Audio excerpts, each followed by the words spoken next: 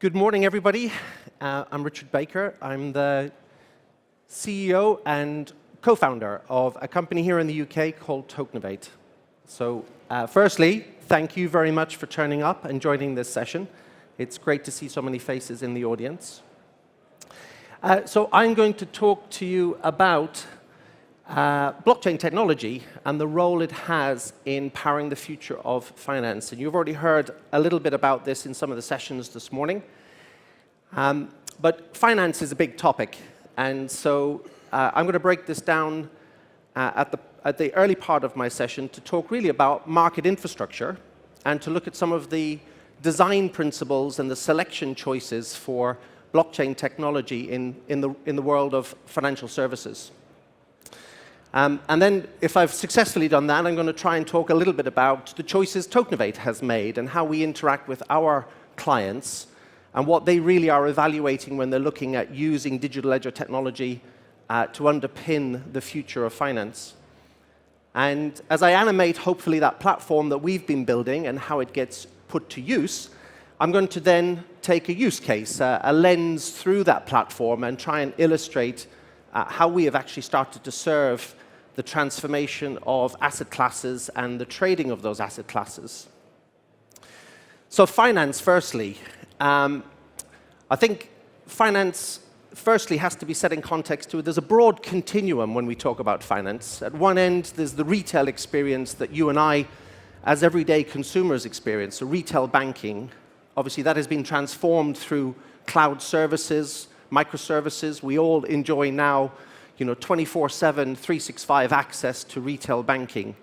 And we get packaged propositions in a very elegant way in that journey.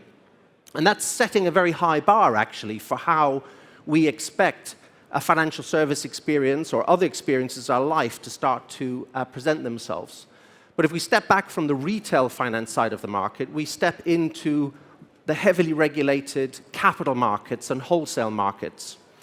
And then as we journey back a little bit further, we end up in, of course, the role of central banks. And so there's a very broad continuum.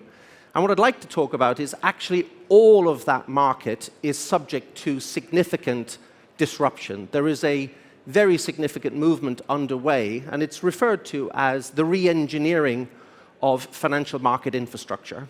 And the chart I'm illustrating here is really trying to take one lens through this. It's looking particularly at capital markets. And for Tokenovate, that's where we spend our time. We're a business that we would refer to ourselves as a fintech company.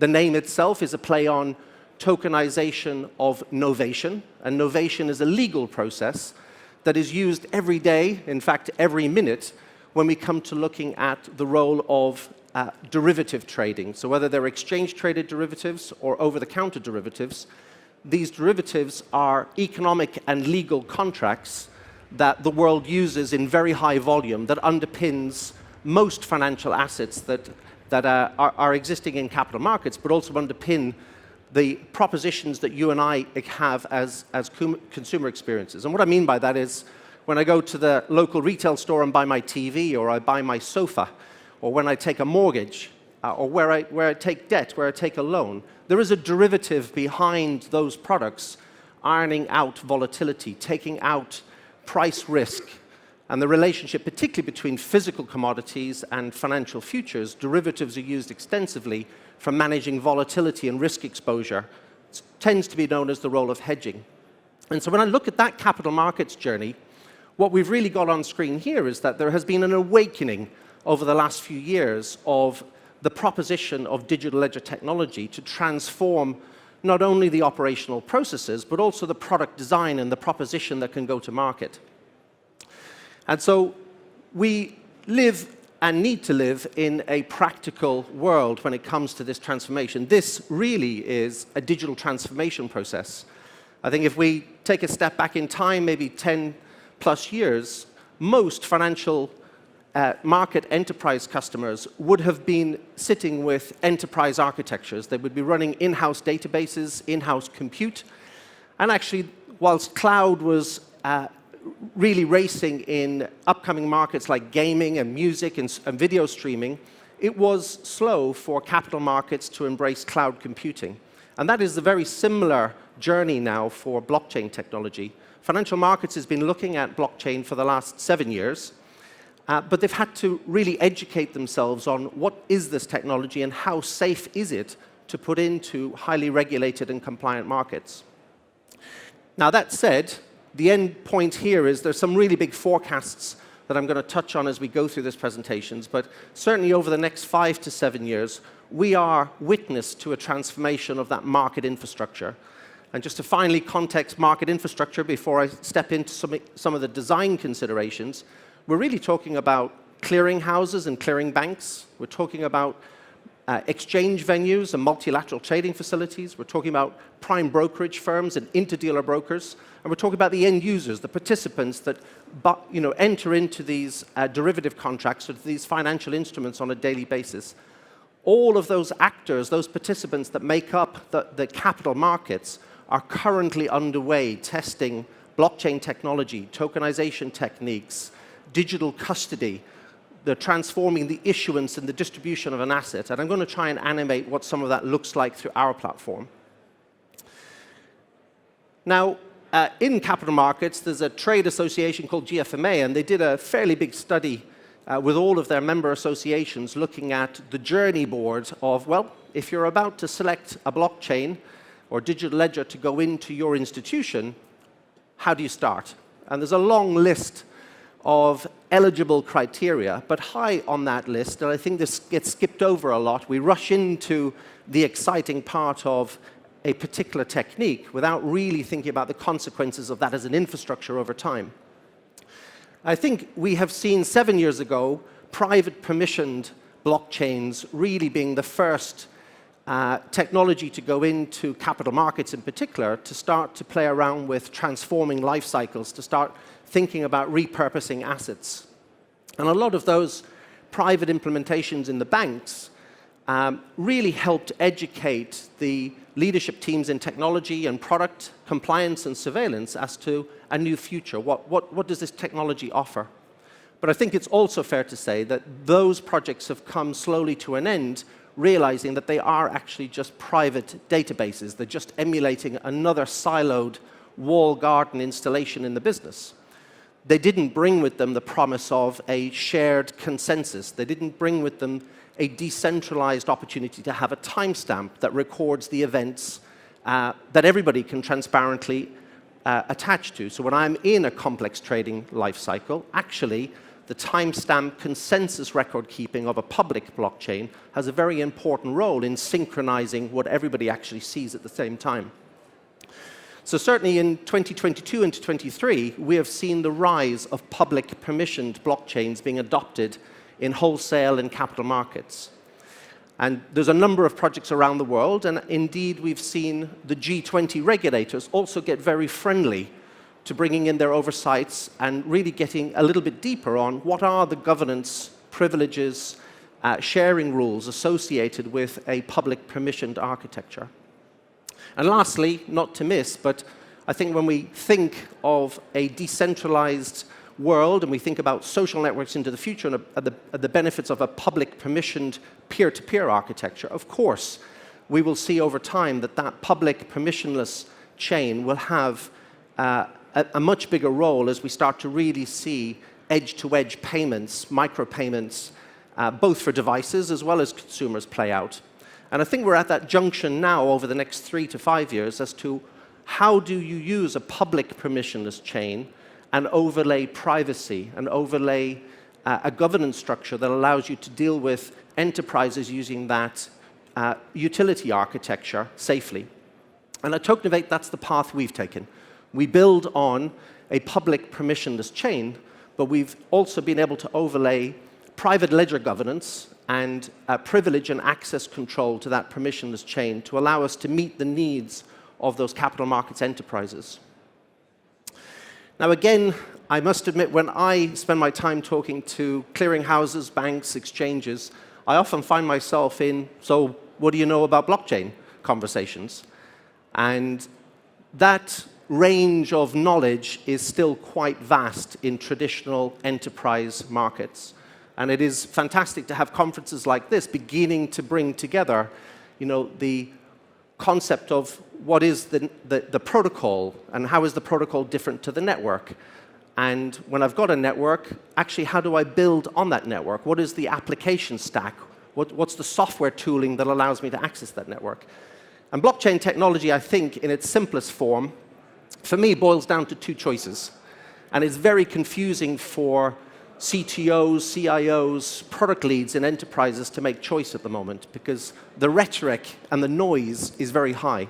But really, when I come to thinking about the next 30, 40 years of financial infrastructure, I kind of really need to be making some really fundamental design choices to underpin that new architecture, to underpin that infrastructure for the long term. And for me, I think it comes down to, am I building on an account-based architecture, or am I building on a UTXO-based architecture? And UTXO, the unspent transaction output that was natively designed into the original Bitcoin protocol. So UTXO chains, we will forget, but the BBC ran a great article a couple of months ago saying, well, actually, when the Bitcoin white paper first got published, there was 78 different versions of blockchain networks that got up and running. Today, 11 or so persist, and there's some new ones that are emerging at the moment.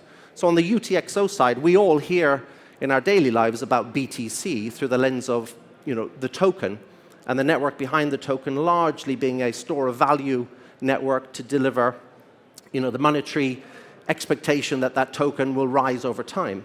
But of course, a UTXO architecture is a peer-to-peer edge architecture. Its deep engineering capability is incredibly powerful. Firstly, it's a highly parallelized protocol. There is edge simplified validation, so I can run concurrent transactions and they don't need to know about each other. It is highly secure. The cryptographic capability of the chain, the hashing, the transaction ID, how you encode, if you like, a transaction, is deeply secure. And on the right version of a UTXO, you get incredibly low fees, which allows you to use the utility of the UTXO in a very open way. And I'm going to unpick that. On the account side, it is probably the most popular version of a blockchain technology being chosen right now, and it's public permissioned. But of course, some of the deep-rooted challenges at the Layer 1 network are it's a serial network. It's processing serial transactions, and therefore there is bumps in the road in terms of the capacity of the network. And to solve some of the transaction throughputs and the serial processing problems, we've seen a whole rise of a number of Layer 2 scaling chains that are compressing transactions, packaging them down to the Layer 1 protocol, but effectively you're losing a lot of the inherent value when you package those transactions. And so these are some of the design considerations that when I'm architecting a platform of the future, I need to be thinking about at the base level of engineering. And I'm going to try and animate why I think that infrastructure engineering is so important. I've tried to put together here a life cycle wheel of assets. And there's a number of people talking about the rise of tokenization of real-world assets. And really, when we look at capital markets and the role of many of those regulated firms today, we've got, let's say I'll start top right on this picture. So we've got asset servicing. So I'm a custodian bank. My duty today really is to provide, safe and guarded onboarding of assets. And effectively, I am managing the onboarding of assets for different reasons. That might be to power payments. It might be to underpin collateral in a interest rate derivative trade. But those assets today are beginning their journey of being tokenized. And the market that Tokenovate specializes in, the derivatives market, is a $1 quadrillion market, or over 1 quadrillion. But actually, the use case for us in this market is when I'm trading a derivative, the derivative itself, whether it's a fixed income or a bond product or an interest rate, in the middle of that life cycle is the call between the counterparties for margin. I have to pay initial margin when I enter a trade, and I have to pay variation margin when I'm maintaining that trade every day. And so what underpins that is the need for collateral. And today, collateral can be cash on my balance sheet, and there's a lot of complicated eligibility rules around collateral. And so the opportunity in this life cycle is to say, well, actually, if I can tokenize my property, if I can tokenize my funds, if I can tokenize cash, I have the opportunity to present through digital custody and into the distribution cycle mobility. I can fractionalize that collateral. I can expose it for initial margin and for variation margin in a completely different way. And when we look at some of the challenges that industry have here, we've got collateral obligations annually for derivatives is around 24 trillion. And so a lot of that is on the balance sheet for the enterprises that are trading together. And that's a lot of cash tied up. And there's oversight rules that mandate a particular volume of cash that I have to have on my balance sheet so that I stay a viable business and that I can manage the exposures of my trades. So there is a really, really powerful case for tokenizing those assets to improve access to collateral and to improve mobility into trading. I'd also like to pick up on the 20 billion cost per year for existing life cycle processing of a trade. And this is really at the heart of Tokenovate engineering. Today, the Bank of England did a review with PwC of existing makeup of capital markets infrastructure and the fact that a typical FX trade enters into 23 different services as it gets processed through its post-trade service in particular. Shockingly, up to 20 individual copies of that same trade are made through that manual or that existing life cycle. And that leads to a huge amount of settlement failures, and it certainly leads to a high volume of misreporting. There's a lot of metadata missing on those trades. So operationally, the benefit of introducing smart contract libraries, tokenizing assets, digitizing and automating that life cycle, and consolidating those silos for that trade life cycle is where blockchain technology in capital markets is really beginning to find its feet. So at Tokenovate, we've tried to look at that market infrastructure problem, some of those macro market challenges that are in capital markets. And we've firstly looked at a high-level design principle of, well, in our market, there is one master legal and economic agreement called ISDA. Most of the counterparties that enter into a derivative trade around the world will use the International Swaps and Derivatives Association Master Contracting Agreement. This has been in paper analog form since the 1980s, so 83. And just over 4 years ago, the ISDA team started to take that trusted contracting documents on a journey of standardization and digitization. And so the macro legal and economic terms in that master agreement ended up in a taxonomy library, a digital library. And from that library, it went on to form the module that is top right in this picture, something called the common domain model. And this is a conditional logic model that expresses the whole of the agreement in code. It outputs in JSON code. And so for the Tokenovate team, we've taken that common domain model and applied the building of smart contracts to depict the fulfillment of the financial and economic obligations that are expressed in that code. And so we write a series of smart contracts in TypeScript that programs, in our case, the Bitcoin scripting language to run on the Bitcoin network. And so the blockchain for us has a very, very unique and important role. And that role is to control the state and the conditional logic sequencing of those smart contracts. And if I think about this in the fact that, let's say, I enter into a 30-year interest rate derivative agreement, the real challenge in that is it's all super sexy and exciting to form the trade and book it through the system and initiate it, but the post-trade maintenance is where the headache is. Every single day, we've got to look up a benchmark, we've got to look up a price index, we've got to consider the margin payment to maintain that position, and we've got to do that in the realms of our overall portfolio and how our portfolio needs to be netted. And so if I can automate or digitize and automate that life cycle maintenance, that's really where the benefit of this technology comes in. So controlling the state of those smart contracts as we run that life cycle over that 30 years is important. Now also, let's just think about, I may not be running this business in 30 years, but that contract will settle and expire in 30 years. Will this blockchain technology, will this protocol be here to settle that trade? And when I talked at the beginning of my presentation about the importance of making the right choices when I'm entering into what architecture am I going to build on, I believe it needs to be at a fundamental protocol level. We need to be making choices that says, I'm building on a protocol that will find its way to be embedded in infrastructure engineering and will be here when this trade needs to settle in 30 years from now. And of course, I think blockchain is not a utopia technology. It's just another enabling tool. It's a building block. And we scale this architecture by cloud computing. This is a microservices-based strategy. And this is what it looks like, a traditional cake diagram for us. But at the base, we use the Bitcoin protocol and the network as a settlement layer, but it's also that state machine control logic layer. And as I mentioned at the beginning, in the architecture that we've built, we use the UTXO in a very special way. It helps us form the ability to run private ledgers on a public permissionless chain. So we are able to inscribe different identities to the UTO. We program it to take on a different role in the system. I live in Cambridge in the UK, and you can tell I'm a native Cambridge person with my hidden Irish accent.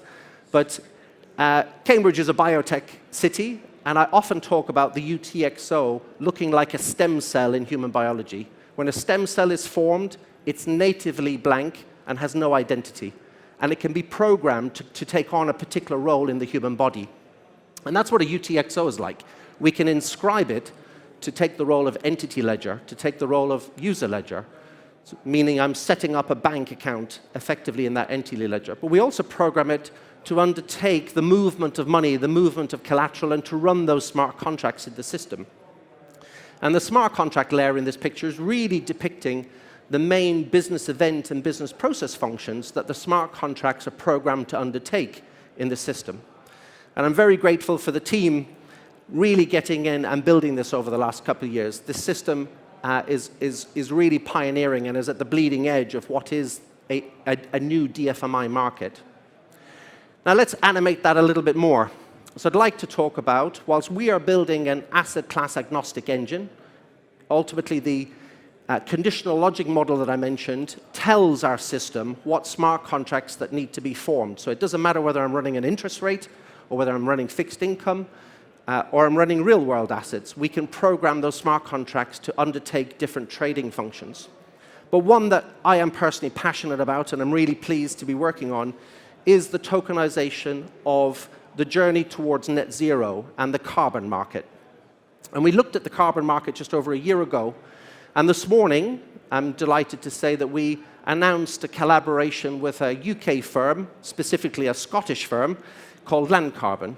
And Land Carbon is a physical asset owner. They have thousands of acres of peatland asset in the UK. And so peat is today protected. It is a long-term carbon sink. It's a sequestered resource. So a peat bog is typically 5 to 8 meters deep. And unfortunately, we've been harvesting peat for compost to grow our plants at home. But also, we've allowed a lot of that land to erode over time. So heather has disappeared from the surface of the land, and we inadvertently drained a lot of that land. Therefore, it's no longer a carbon sink. It is actually emitting methane gas. And so Land Carbon is a developer company, an asset manager, who is restoring and reheathering peat and reflooding that land so it returns to being a high-integrity carbon asset. And I'm just going to talk a little bit about the life cycle of that asset in a second. But when we entered the carbon market, we set out on a goal to use our core engine to power innovative derivative contracts to really try and help the voluntary carbon market particularly meet its goals. And I'm sure you're aware, but we in society have the goal to remove a huge amount of greenhouse gases by 2050. And we have a particular near-term milestone for 2030. And that journey is currently impeded. We are not on track to get those carbon reductions that we need for 2030. And so we're talking about over 10 billion tons of carbon greenhouse gas that need to be removed annually. And there is a sense of urgency about this. But what doesn't help was when the voluntary carbon market started a few years ago, there was a lot of fraudulent activity. There was a lot of double counting of carbon projects. So project owners around the world would register their project on different registries, and a registry is effectively a database built to vet the project and verify the project. And when it is listed on that registry, it can then be sold as a carbon credit through brokerage markets or through exchanges or through parties directly. So we've seen over a couple of billion assets be effectively greenwashed. We have an industry that is suffering a trust problem. So we set out a goal to say, well, how could we use this technology and the tokenization techniques to solve the base problem of double counting an asset? There is also a lot of emerging standards this year. The COP28 conference in November brought about 5 major standards to improve the integrity of carbon assets. And this is deemed to be the next macro large asset class in the world. It's going to be bigger than oil and gas. And lastly, on the right here, as these standards emerge, there's also standards hitting every corporate enterprise in the world. And this is, how do I account for my greenhouse gases as a corporate enterprise? How do I record them on my balance sheet? So what are my books and records for my own emissions, but also the emissions of my supply chain? And those are called the Scope 1, Scope 2, and Scope 3 emissions reporting for ESG accounting. And as I go on that journey as a big enterprise, if I'm a big industrial company, yes, I'm going to be committed to removing and reducing my own footprint, but along the way, I am actually going to the market to try and buy high-integrity carbon offsets to help me manage how I go on that journey myself. So there is big demand for trusted liquidity. And so our solution to this as an ingest data process feeding into our derivative platform is on the left-hand side, we have carbon assets around the world. And effectively, to improve the look and feel of those and make them trusted, we need to apply effectively a data cleansing process. This is unstructured data, and it needs to be normalized, ingested, classified. And so we've built an onboarding technique for how we bring in those project files, but we also set out to enrich them. And so we enrich them by applying geospatial tagging, and we also apply legal entity identifier tags. And so we're at the source improving the integrity of the project and improving its traceability. That project can then be registered on the registries, and it also sits as a project file now immutably on our blockchain. So we have a timestamp record of when this project was actually originated, who owns it, and where in the world is it with its metadata. And then we power the process of tokenizing that more trusted asset. And we take a legal first to tokenization. So it's treated as a bearer instrument because law is law, code is not law. At the end of the day, when somebody defaults on their obligation to remove the greenhouse gas, and I've accounted for it on my enterprise books, I need to know what my recourse is. And therefore, common law, bankruptcy law, insolvency law will apply in these legal contracts, and I need to know what my recourse is. And so we're quite excited that this is the technology platform that we have powered the land carbon asset with, that we announced this morning. And I think as we try and work now with registries and the capital markets firms, we have obfuscated the complexity of the blockchain technology and the smart contract libraries by an elegant user interface. There is a very capable microservice AI experience, but there is also an elegant UX that allows you to navigate, well, how do I onboard my project, how do I tokenize that project, and how do I express it for token issuance and token distribution in a custody ledger. And so we're really proud to be announcing this at this show and equally announcing our collaboration with Land Carbon. And I think I'm going to be the first speaker of the morning to say I'm finishing 1 minute or so early to see if you have any questions. Thank you.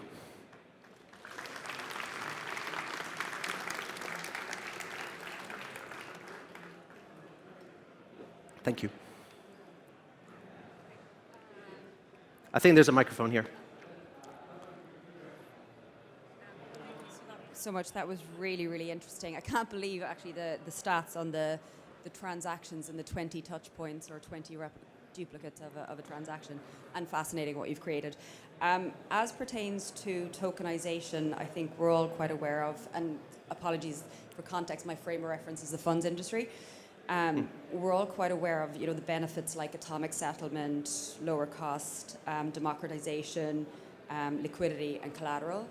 But what we find is, constantly being asked, it's such a huge jump, it's such a huge transition in terms of the operationalizing.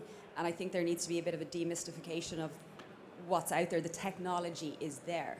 So might I ask you, what do you see as the greatest hurdles or obstacles when you're talking to a potential client when they're looking at the roadmap of tokenization? Is it the, identifying the resources who understand the tech? Yeah. Is it the capital cost? What are the greatest hurdles to? Is it the regulatory permissions? Even though we're making advances there.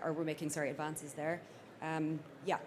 Great question. I think firstly, there is a knowledge sharing gap. I think it's a language. I think most of the capital markets teams that we've been working with in banks and clearing firms and fund managers have an understanding of blockchain from the rise of the phenomenal use case that is crypto assets. And so you hear all kinds of techniques and capabilities through the lens of how crypto is trading and how a new central limit order book looks or how a fund is tokenized. So I think it's intimidating for a lot of people to say, well, how do I bring some of those techniques, capabilities, concepts into my traditional firm? So the first thing is to try and create a safe space and share knowledge on, well, what does this technology mean? This is just a new form of tooling. It's a digital process. So we find that as one impediment.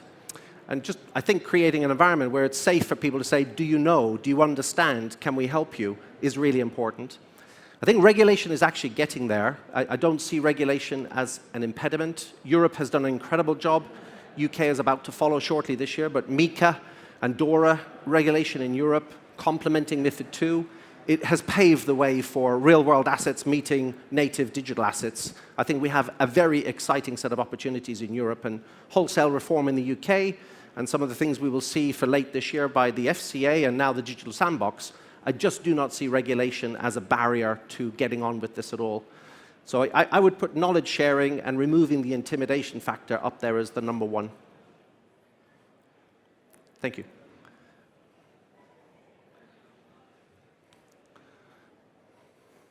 Hi there. You mentioned that code is not law, and just with the inevitable inclusion of, digital signatures, where are we with smart contracts being legally binding? I know the FCA have got the digital sandbox where they're trying new things.